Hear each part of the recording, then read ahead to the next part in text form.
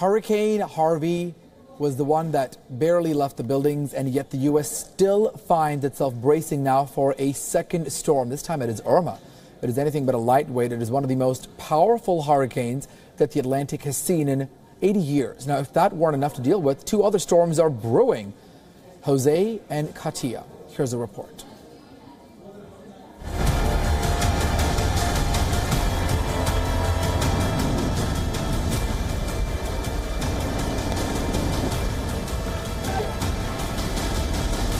Last month, Hurricane Harvey wreaked havoc on Texas. Now Irma is headed for Florida, where it is expected to make landfall on Saturday. It's a storm of epic proportions. And with it, President Donald Trump, who pulled the U.S. out of the Paris Climate Accord, may find nature's fury knocking on his waterfront estate, Mar-a-Lago.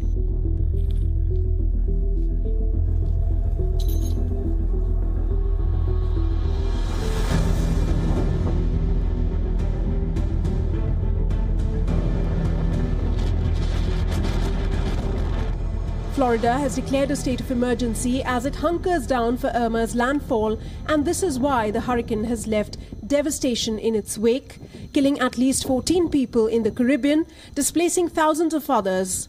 This even as Hurricane Jose heads for the region. We are threatened now potentially by yet another storm, Hurricane Jose. And if that is the case and it's coming our way, then clearly we will have to evacuate the residents of Barbuda. In fact, I'm of the view that as it stands now, that Barbuda is barely habitable. And if we have yet another storm coming in a matter of days, we will have to make special arrangements to evacuate all Barbudans and bring them over here until we can restore some level of normalcy. The French half of Saint Martin, where another of President Trump's properties lies, is 95% destroyed. Most of Puerto Rico is without power. Irma's churning winds are expected to bring severe conditions to parts of the Florida Peninsula and Florida Keys from Saturday onward. Damage from Hurricane Harvey is already upward of $150 million. Irma is expected to throw up expenses of its own. And ironically, the president will find it necessary to pull out the checkbook for climate-related spending. Bureau Report, WION. All right, to get perspective on this story about Hurricane Irma and its fury, let's go to our guest tonight. We're joined by photojournalist Joy Bat, joining us now from Florida, as well as Dr. Jamin Brownbat, also in Florida. Good evening to both of you. I guess it is early morning there, so good morning to both of you. As Irma gets ready, let me start with you, Jamin. Now, what is the mood like there? Are people panicking? Are people evacuating? What's the sense you're picking up? All right, we're having some audio issues there with Jamin. We'll hopefully get back to him in a second. Let me go back to Joy now, who's also there in Florida. Joy, you went to many of the stores. You were picking up supplies. You told me earlier the gas stations, in fact, are empty. What is it like there now as Irma gets ready to hit Florida? Joy. It's a little crazy. It's a beautiful day outside today, but it's there's nothing on the shelves. There's no gas anywhere. The lines are long.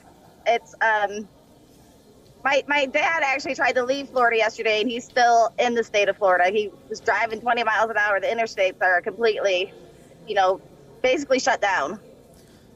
Joy, let me give also a sense of, there was a lot of criticism earlier on when Hurricane Harvey hit Texas, the mayor telling, or perhaps not telling people to leave because it would cause a massive amount of people on the roads. What is it like in Florida? Are the interstates jammed? Are people leaving? Because this is one of the most powerful storms to hit. It's not hit just yet, but the sense of fear, what exactly is the chatter there? Are people leaving or staying behind?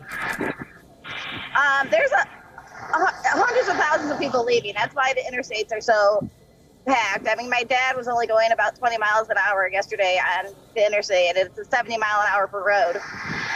So it's hard. Everyone's trying to leave. I'm here at the airport. We have people flying out. We have people driving out. And then we have people staying behind. Some people are just going to wait out the storm. All right, Joe, we'll come back to you in just a bit. Hang in there. Let me bring in Jamin back in. Hopefully we've got our audio issue there resolved. Jamin, great to have you again. I appreciate you joining us this morning, perhaps taking some time off work, which we will try to make sure you get back to. But let me ask you, what is the fear? Is there a fear there? Is there a sense of concern given that this is one of the most powerful storms to form in the Atlantic? There's definitely a sense of concern, not only with us personally. About 2 days ago, we were fine. We're like, oh, this is going to pass. But then now when we actually see where it's going to be hitting, and it's actually going to be going, the eye supposedly supposed to be going through right where my hospital is. So there's definitely a sense of fear and anxiety. But, we're Floridians, and, we've been through this in the past. So a lot of us have the experience, and we know how to prepare. And I think that's the most important thing that we are doing as Floridians is we're preparing our homes and our families and our personal lives to be able to weather the storm. And I'm going to be staying here because I have a family here, and I'm committed to my patients as well. If I need to come to the hospital, I want to be here. So I'm going to be staying here, and I'm hopefully going to be fine and be able to weather the storm. Let's also talk about Florida. Florida is unfortunately used to many hurricanes. This is not the first time. I think 92, Andrew was one of the worst ones that hit Florida. This time, this one looks significantly larger. Irma hasn't made landfall just yet, and it could downgrade, but still, just by going off the forecast models, it really looks like it could cause damage. I mean, in terms of the hospital you mentioned, how is the hospital preparing up? Is there better security, or is it boarded up? How exactly is the process there as this hurricane gets ready to hit Florida? This is definitely on a grand scale because the whole Irma is the size of like the state of Florida. So it doesn't matter where you live, on what coast, you're going to be affected. I know our hospital system has been having meetings and communication and crisis planning throughout the entire week, and they've been in touch with us, and we've been in touch with our patients. But the hospital, patients are still going to get sick. The hospital will ideally remain open, but if it becomes dangerous to get patients here, then obviously we will be on lockdown. So what patients need to know is, what can they do at home to avoid having to come to the hospital is, make sure you get your prescription refills. If you're in an area that needs to be evacuated, evacuate, because it's going to be very hard to get people to those areas if you need help. But if you do have to come to the hospital, obviously the hospital is open today. But if you do have to come, then we're gonna have to find a way. But hopefully we can avoid that the best we can. What about the markets there, the supermarkets out of milk and bread and eggs, and people always stock up, or the gas stations where you are? Are people really getting out, or are they sort of like, let's see how the storm actually hits?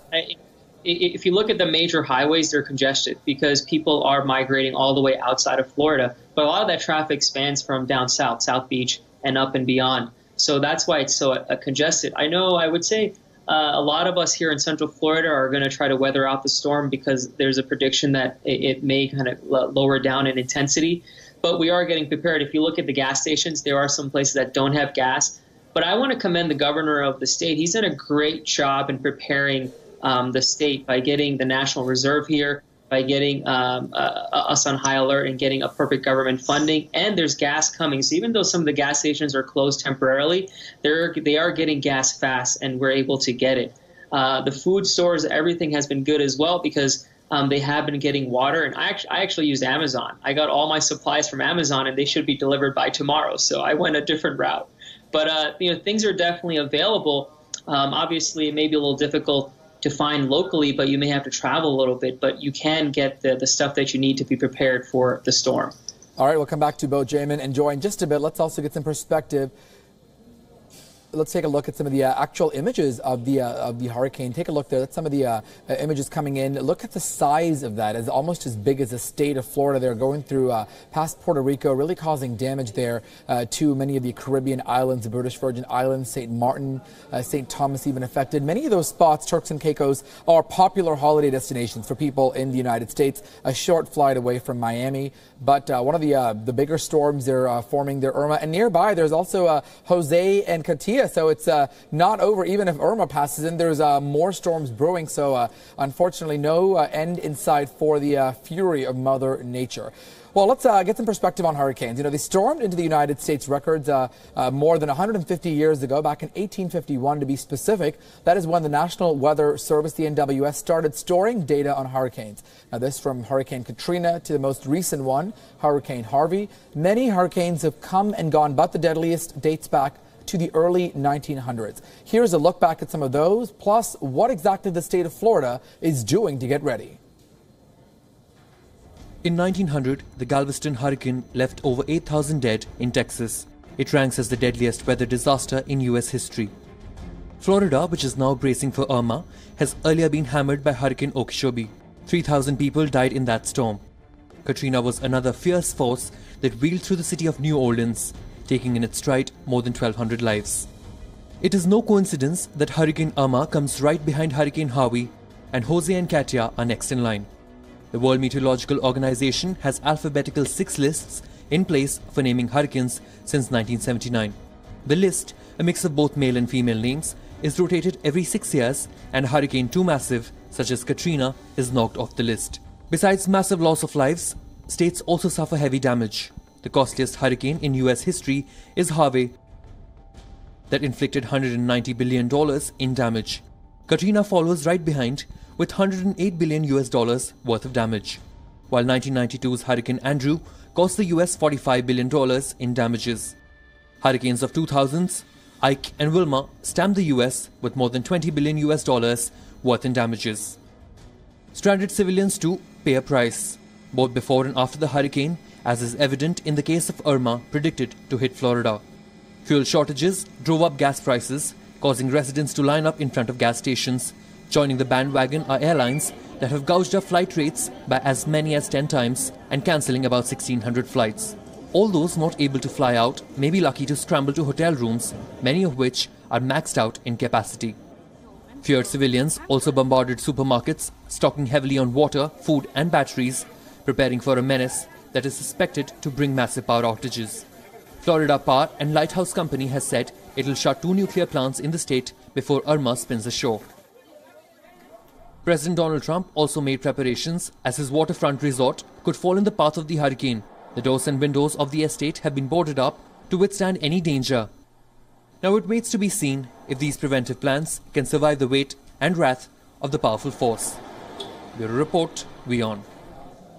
Certainly it is the talk of the town. Everybody wondering about the impact that Hurricane Irma will make. Let's in fact go back and take a look at some of the images, the path where Hurricane Irma is in fact headed. Take a look at that. It is quite a brutal look there. You know, such a big map toward the state of Florida. It is one of the largest, more powerful hurricanes to ever have formed in the Atlantic. So certainly it is going to make a huge amount of impacts. There's the NASA visuals over there. Take a look at that. It's going through many parts of Puerto Rico, wreaked a lot of havoc, caused issues at the airports, buildings. The death toll continues to rise. The latest right now is at 19. All right, let me bring our guests back into the conversation. We have Joy and we have Jamin. Joy, let me go to you. In terms of, Florida's readiness, do you feel like people really are taking the warning seriously? In fact, we spoke to some people in Atlanta, and they're saying that even hotels there are getting booked up. So are people leaving? Or are they able to leave? Like, is it too late now if you do want to get out there because of all the congestion on the interstates? What are you seeing?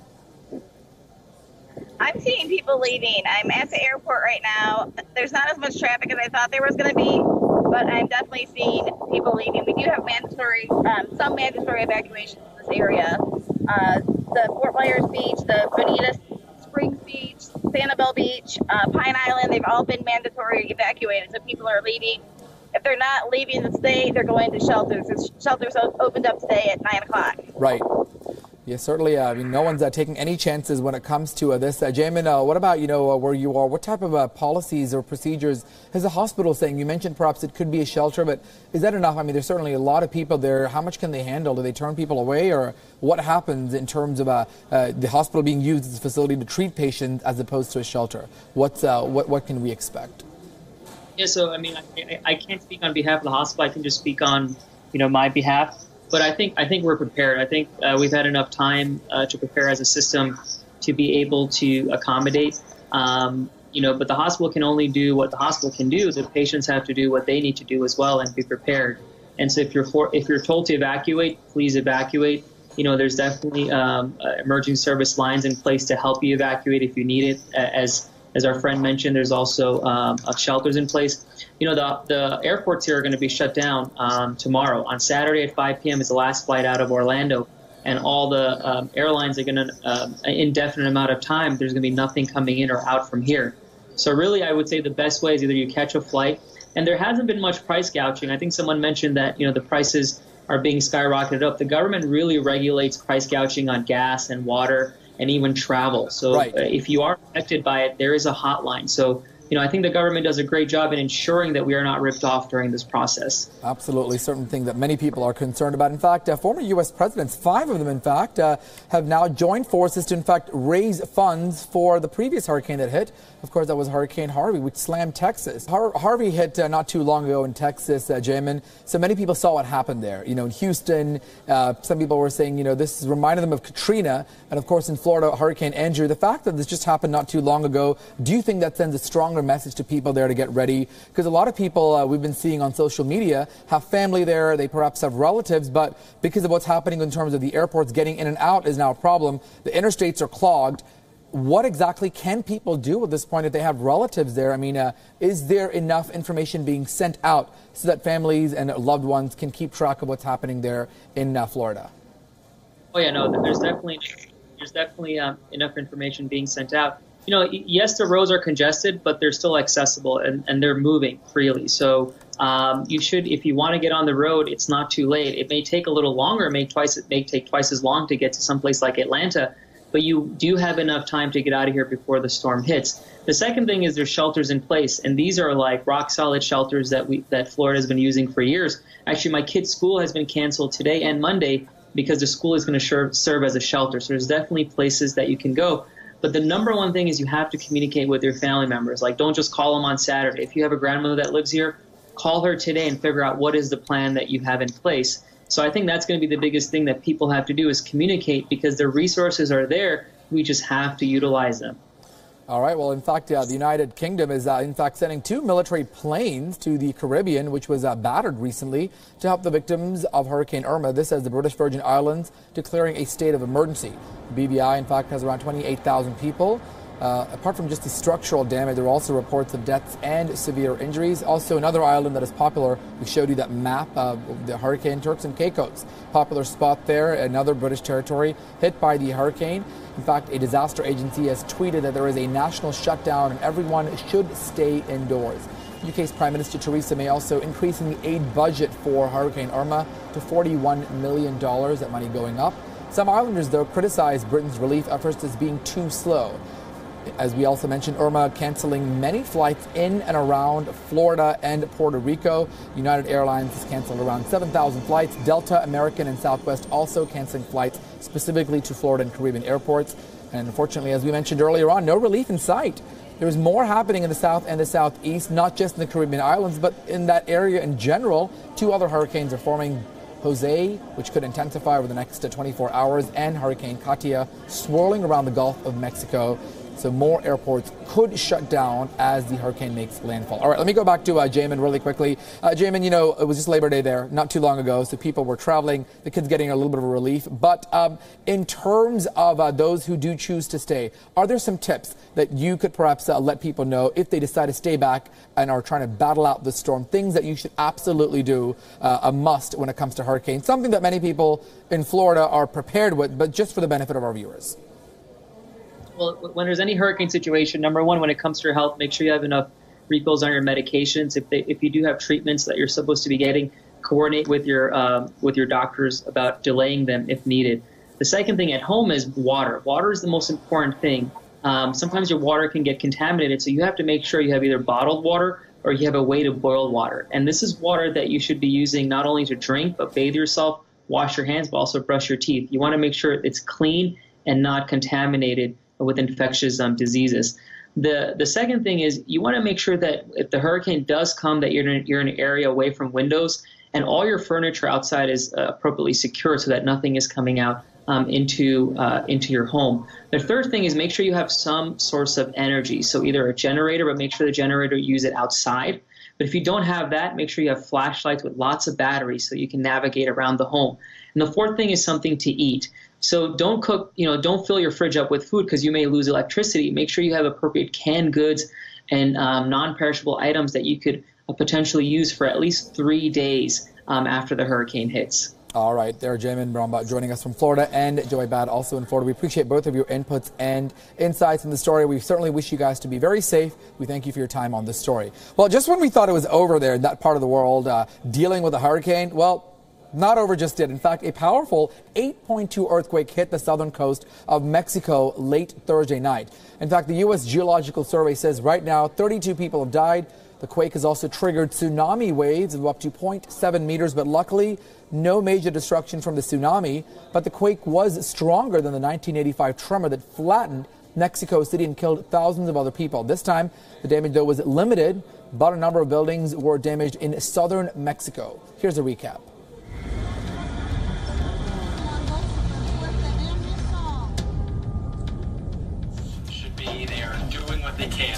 While Mexico was bracing for Hurricane Katia, it was rocked by a huge earthquake.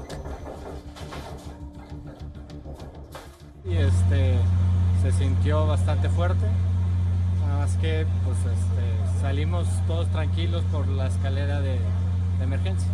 Horrible, en mi vida había sentido algo tan feo. Se sintió primero suave, ya después, ya acostada, tembló bastante. Y fue impresionante como empezamos a bajar por las escaleras y una vez bajando por las escaleras tembló más fuerte que sentía que nos batuqueábamos y eso fue horrible. A massive 8.2 magnitude earthquake hit off the coast of southern Mexico and was felt as far as Mexico City. The quake triggered a tsunami warning across South America. More than 50 million people felt the enormous quake as buildings shook in Mexico City. Rescue operations are underway to help those trapped under collapsed buildings. Tremors were also felt in neighboring Guatemala and the US state of Texas. The Mexican government has already warned of aftershocks. This even as Hurricane Katia is a mere 300 kilometers away from its eastern coast and inching closer at a speed of 140 kilometers per hour. Bureau Report, WION. And that does it for this edition of WION. World is One News. Thanks for joining us on this special report. Don't forget, you can track all of our stories and our reports on our website, wionews.com, or our digital, mobile, and social media platforms. I'm Archie Seshadri. Have a good night.